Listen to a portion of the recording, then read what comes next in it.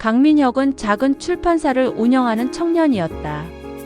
대학 시절부터 책을 사랑해온 그는 세상에 알려지지 않은 좋은 원고를 발굴해내는 것에 사명감을 느꼈다. 하지만 이상과 현실은 달랐다. 매달 월세와 인쇄비를 마련하기 위해 동분서주해야 했고 그가 기대했던 히트작은 좀처럼 나오지 않았다.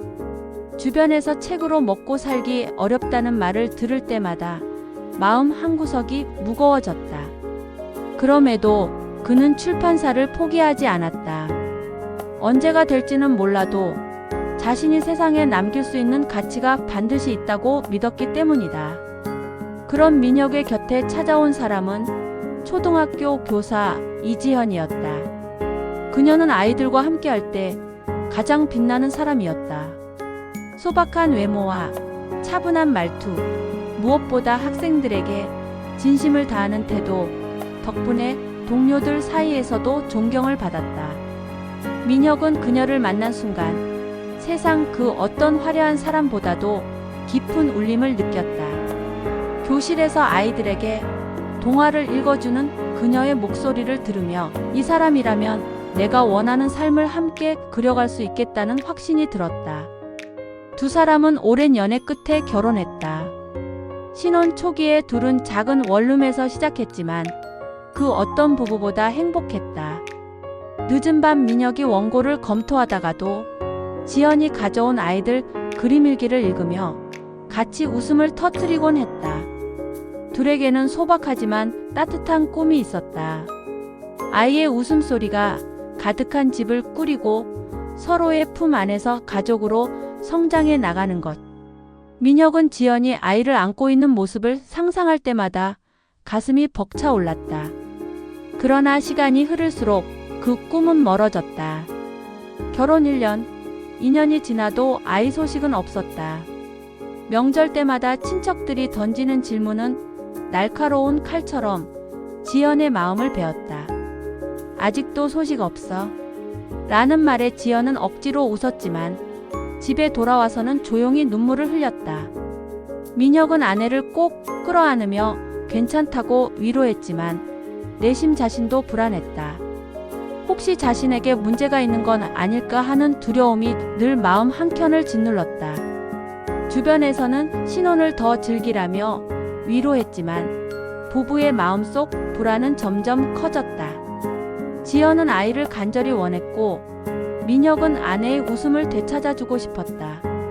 밤마다 둘은 아이 이름을 상상하며 대화를 나누었고 그때만큼은 모든 근심이 사라졌다. 그러나 시간이 지날수록 언젠가는이라는 막연한 희망은 현실의 무게 앞에서 점점 흔들리기 시작했다. 결혼 3년 차에 접어들면서 부부의 마음속에는 작은 균열이 생기기 시작했다. 주변 동료들이 임신 소식을 전할 때마다 지연은 환하게 웃으며 축하해라고 말했지만 집에 돌아와서는 불 꺼진 방 한구석에서 눈물을 훔쳤다. 아이들 앞에서는 늘 밝고 당당했지만 민혁 앞에서는 점점 말수가 줄어들었다. 그녀의 표정에는 알 수 없는 그늘이 드리워졌고 그 변화는 민혁의 마음을 무겁게 짓눌렀다. 민혁 역시 속으로는 불안했다. 출판사 경영은 여전히 불안정했고 후계자를 바라는 부모님의 기대도 늘 부담으로 다가왔다.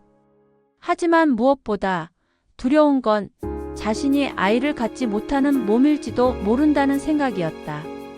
병원 검사를 미루고 있었던 것도 사실은 그 두려움 때문이었다. 혹시 문제가 자신에게 있다면 아내의 눈빛을 어떻게 마주해야 할까? 그 생각만으로도 숨이 막혔다. 결국 어느 저녁 지연이 조심스레 입을 열었다. 여보, 우리 이제 병원에 가보는 게 어때? 더 늦기 전에 정확히 알아보는 게 좋을 것 같아. 그녀는 젓가락을 내려놓고 남편을 똑바로 바라봤다. 목소리에는 간절함이 묻어 있었다. 민혁은 잠시 침묵하다가 무겁게 고개를 끄덕였다. 그래, 한번 가보자. 예약해. 순간 지연의 얼굴에 스치던 안도와 미소는 그동안 얼마나 혼자서 고민했는지를 보여주었다. 첫 병원 진료는 생각보다 긴장되는 경험이었다. 하얀 가운을 입은 의사의 차분한 목소리조차 두 사람의 심장을 요동치게 했다. 검사를 마치고 결과를 기다리는 일주일은 유난히 길게 느껴졌다. 지연은 평소처럼 학교에 나갔지만 종종 창가에 앉아 멍하니 밖을 바라보았다. 민혁도 출판사 사무실에서 원고를 펼쳐놓고도 집중하지 못했다. 마감이 코앞인데도 글자들이 눈에 들어오지 않았다. 드디어 결과를 듣는 날, 의사는 미묘한 미소를 지으며 말했다. 두 분 다 큰 문제는 없지만 자연 임신은 조금 어려운 상태로 보입니다. 호르몬 수치가 불안정하니 인공수정을 시도하면 가능성이 있습니다. 의사의 말은 희망과 절망을 동시에 안겨주었다. 민혁은 떨리는 목소리로 물었다. 성공 확률은 어느 정도입니까? 의사는 담담하게 대답했다. 한 번에 2030% 정도, 몇 차례 시도하면 충분히 가능성이 있습니다. 집으로 돌아오는 길, 지연은 민혁의 손을 꼭 잡았다. 자기야, 우리 인공수정해 보자. 난 정말 아이를 갖고 싶어. 그녀의 눈에는 눈물이 고여 있었다. 민혁은 순간 무거운 돌이 가슴 위에 얹힌 듯 숨이 막혔지만 이내 아내를 끌어안으며 답했다. 그래, 해보자. 우리 아기 꼭 가질 수 있을 거야. 말은 그렇게 했지만 마음속 깊은 곳에는 불안이 여전히 자리했다. 며칠 뒤 첫 번째 시도가 실패로 돌아갔다. 그날 밤 화장실에서 들려오는 지연의 흐느낌을 민혁은 애써 모른 척했다. 하지만 거실 불빛 아래 앉아있던 그의 두 손은 떨리고 있었다. 첫 번째 인공수정 실패는 부부 모두에게 큰 충격이었다. 지연은 눈물을 참으려 했지만 민혁 몰래 베개를 끌어안고 흐느끼는 날이 많아졌다. 민혁은 그런 아내를 볼 때마다 심장이 쪼개지는 듯 아팠다. 그러나 그는 내색하지 않았다. 대신 담담히 원래 한 번에 되는 경우는 드물다잖아. 우리 다음엔 꼭 성공할 거야. 라고 말하며 아내의 어깨를 감싸 안았다. 그 말이 위로가 되었는지 지연은 힘겹게 고개를 끄덕였다. 민혁의 어머니는 이 사실을 알게 되자 걱정과 동시에 희망을 보였다. 이제라도 방법이 있다니 다행이지 않니? 내가 몸에 좋은 음식 해줄게. 그녀는 정성껏 한약을 지어주고 건강식을 챙겼다. 그러나 아버지는 오히려 며느리를 압박하지 말라며 단호히 제지했다. 스트레스 받으면 더 안 좋대. 그냥 지켜보자고. 그 말에 지연은 잠시 눈시울이 붉어졌지만 시어머니의 정성을 고맙게 받아들였다. 두 번째 시도를 앞두고 지연은 스스로를 다잡았다. 규칙적인 운동, 건강식단, 태교 음악까지 마치 이미 엄마가 된 듯 생활을 바꾸었다. 민혁 역시 담배를 끊고 매일 저녁 함께 산책을 했다. 부부가 손을 맞잡고 걷는 그 모습에는 간절한 염원이 담겨 있었다. 주변 사람들도 그들의 노력을 응원하며 작은 선물과 격려를 보탰다. 드디어 두 번째 시술을 마친 날, 지연은 희망적인 표정을 지으며 속삭였다. 이번엔 느낌이 좋아. 그 말은 민혁의 가슴에 작은 불씨처럼 옮겨 붙었다. 하지만 그 불씨는 결과가 나오기 전까지 불안과 기대 사이에서 흔들렸다. 긴 기다림 끝에 병원에서 전화가 걸려온 순간 민혁은 심장이 미친 듯이 뛰는 걸 느꼈다. 축하드립니다. 임신 수치가 확인됐습니다. 짧은 의사의 말 한마디가 두 사람의 인생을 바꿔놓았다. 지연은 전화를 끊자마자 눈물이 터졌고 민혁도 아내를 끌어안으며 함께 울었다. 지난 시간의 불안과 고통이 한순간에 녹아내리는 듯했다. 가족들에게 소식을 전하자 어머니는 전화기 너머로 울음을 터뜨렸고 아버지도 흔치 않게 목소리를 떨며 고생 많았다라고 말했다.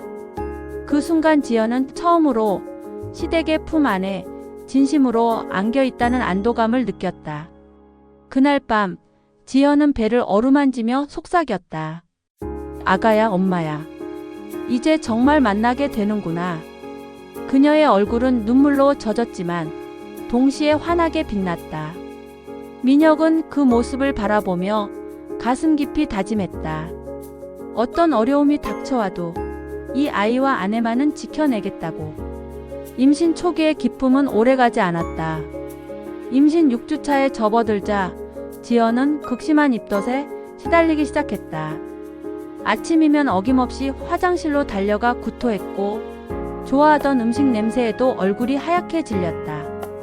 민혁은 걱정스레 물었다. 병원에 가볼까?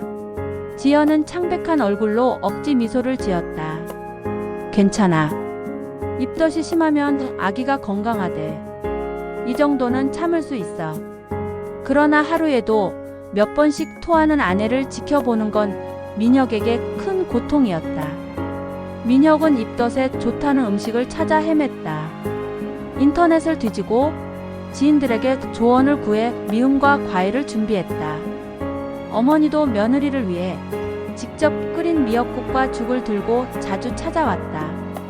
나도 너 낳을 때 정말 힘들었어. 조금만 버텨라. 어머니의 따뜻한 위로는 잠시 지연에게 힘이 되었지만 고통은 쉽게 사라지지 않았다. 그 무렵 지연에게 예상치 못한 인물이 나타났다. 고등학교 동창 최수연이었다. 병원에서 우연히 제외한 그녀 역시 임신 중이었고 비슷한 시기에 출산을 앞두고 있었다. 우리 같이 다니면 좋겠다. 수연의 제안은 지연에게 위안이 되었다. 두 사람은 산부인과에 동행하고 태교 수업에도 함께 참석했다. 수연과 시간을 보낸 날이면 지연의 표정은 확연히 밝아졌다. 민혁은 처음엔 고마운 마음뿐이었다. 그러나 시간이 흐를수록 미묘한 불안이 싹 텄다. 지연이 전화기를 붙잡고 누군가와 긴 대화를 나누거나 집을 비우는 횟수가 잦아졌기 때문이다. 누구랑 통화해? 라는 민혁의 질문에 지연은 늘 짧게 대답했다. 수연이랑. 말은 담담했지만 눈빛은 어딘가 불안해 보였다. 민혁은 애써 의심을 누르려 했다. 하지만 하루는 예상치 못한 장면을 목격했다. 출판사 일찍 마치고 들른 병원 1층 카페 구석에서 지연이 낯선 중년 남자와 심각하게 대화를 나누고 있었다. 그의 손에는 두툼한 봉투가 들려 있었고 지연은 얼굴이 창백한 채 고개를 숙이고 있었다. 순간 민혁의 머릿속은 하얘졌다. 어머니가 예전에 했던 말이 떠올랐다. 내 안에 뭔가 숨기고 있는 것 같아. 그때는 대수롭지 않게 넘겼지만 눈앞의 광경은 그 말을 부정할 수 없게 만들었다. 지연은 여전히 집에서는 태교 음악을 틀고 아이에게 속삭였지만 민혁의 눈에는 그녀의 웃음이 더 이상 순수하게 보이지 않았다. 따뜻해야 할 가정에 설명할 수 없는 불안의 그림자가 드리워지기 시작한 순간이었다. 출산이 다가오면서 민혁의 불안은 점점 커졌다. 지연은 여전히 태교에 몰두하는 듯 보였지만 그 웃음 속에는 설명할 수 없는 불안이 숨어 있었다. 민혁은 차마 입 밖에 내지 못했지만 아내가 무언가를 감추고 있다는 직감을 떨칠 수 없었다. 결정적인 순간은 출산 직후 찾아왔다. 민혁이 출장으로 자리를 비운 사이 지연은 예정일보다 훨씬 이른 시기에 아이를 낳았다. 급한 상황이라 했지만 민혁은 아내가 일부러 혼자 출산을 감행한 건 아닌지 의심스러웠다. 더욱이 병실에서 처음 본 아이는 분명히 자신의 아이라는 확신이 들었지만 마음 한구석에서 알 수 없는 의문이 떠나지 않았다. 며칠 뒤 민혁의 어머니가 뜻밖의 말을 꺼냈다. 유진이가 아니 지연이가 낯선 남자와 봉투를 주고받는 걸 봤어. 그 표정이 너무 두려워 보이더라. 민혁은 그제야 모든 조각이 맞춰지는 듯한 섬뜩함을 느꼈다. 아내의 이상한 행동, 자꾸만 혼자 외출한 이유, 예민한 반응 무엇인가 거대한 비밀이 숨겨져 있다는 확신이 들었다. 민혁은 결국 사설 조사를 의뢰했다. 며칠 뒤 들려온 보고서는 충격 그 자체였다. 탐정은 잠시 말을 고르다 조심스레 말했다. 님께서 실제로는 임신한 적이 없습니다. 민혁은 믿을 수 없다는 듯 고개를 저었다. 하지만 이어진 설명은 잔혹할 만큼 명확했다. 지연은 선천적 질환으로 임신이 불가능했고 대신 친구 수연이 민혁의 아이를 대신 임신해 출산했다는 사실이었다. 지연이 봉투를 건넨 건 대리모 계약 비용이었고 낯선 남자는 수연의 남편으로 이를 빌미로 지연을 협박하고 있었다. 순간 민혁은 심장이 무너져 내리는 듯했다.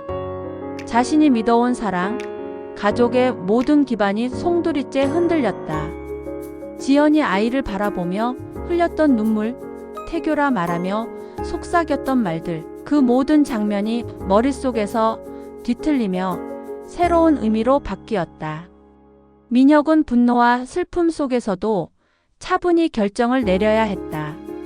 아이는 분명 자신의 피를 나눈 아들이었지만 아내가 저지른 거짓과 불법은 용서할 수 없는 것이었다.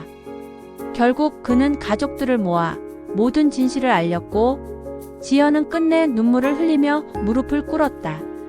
그러나 민혁은 담담히 이혼을 선택했다. 사랑은 거짓 위에 세울 수 없어. 그 한마디가 마지막이었다. 시간은 흘렀다. 민혁은 홀로 아이를 키우며 고단한 나날을 보냈지만 동시에 아이의 웃음은 그에게 삶의 이유가 되어 주었다. 몇 년 후 그는 다시 한 사람을 만나 새로운 가정을 꾸렸다. 아들은 새엄마를 잘 따랐고 집안에는 다시 따뜻한 웃음이 퍼졌다. 그리고 민혁은 스스로에게 다짐했다. 어떤 상황이 와도 다시는 거짓에 기대어 사랑을 속이지 않겠다고.